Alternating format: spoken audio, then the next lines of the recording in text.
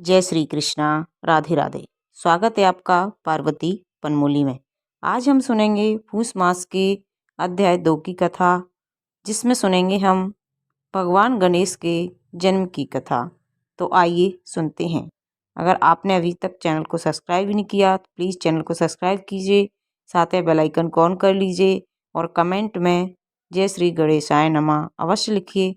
तो आइए सुनते हैं। शिव महापुराण के अनुसार,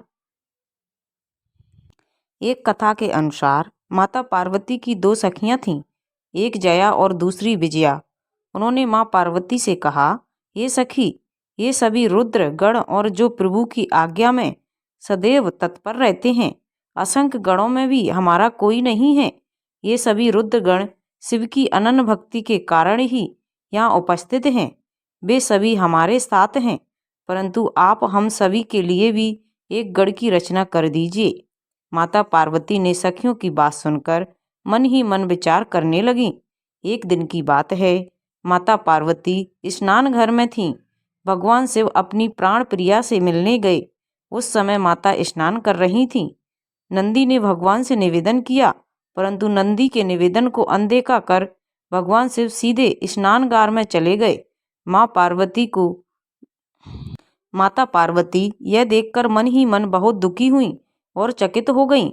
जब माता ने मन ही मन विचार किया कि मेरी सखियां जया विजया ठीक ही कह रही थीं, यदि शिव प्रिया ने मन ही मन विचार किया, यदि द्वार पर मेरा कोई गढ़ होता तो मेरे प्राण प्रिय स्वामी नहीं आ पाते। इन गणों पर मेरा संपूर्ण अधिकार नहीं है। इस प्रकार विचार कर मन से अपने मैल से एक चैतन्य बालक का निर्माण किया। वह शुभ लक्षणों से युक्त था। उसके सभी अंग दोष रहित एवं सुंदर थे। उसका वह शरीर गौरवर्ण सुंदर, विशाल और अतुल्य पराक्रम से संपन्न था।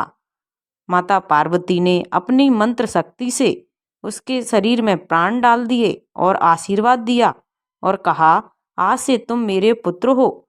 तुम्हारे सिवा दूसरा मेरा प्रिय कोई नहीं है। उस चैतन्य रूप बालक ने माँ भगवती को प्रणाम किया और कहा, माता, आपका प्रत्येक आदेश स्वीकार है। आप आज्ञा दें, मैं सदैव आपकी आज्ञा का पालन करूंगा।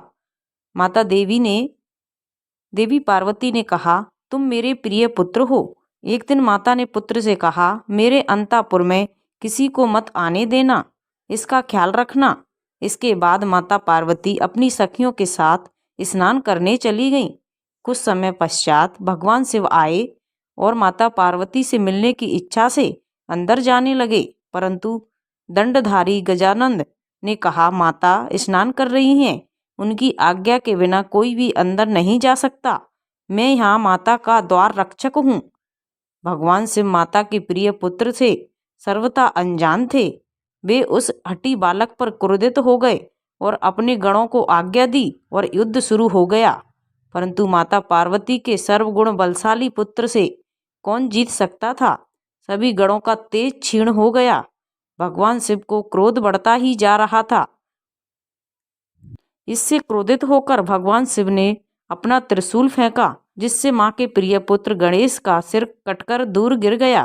पुत्र का सिर कटते ही माता पार्वती क्रोधित हो गईं और उन्होंने सहस्त्र रौद्र शक्तियों से उत्पन्न हो गईं। हर जगह हाहाकार मच गई।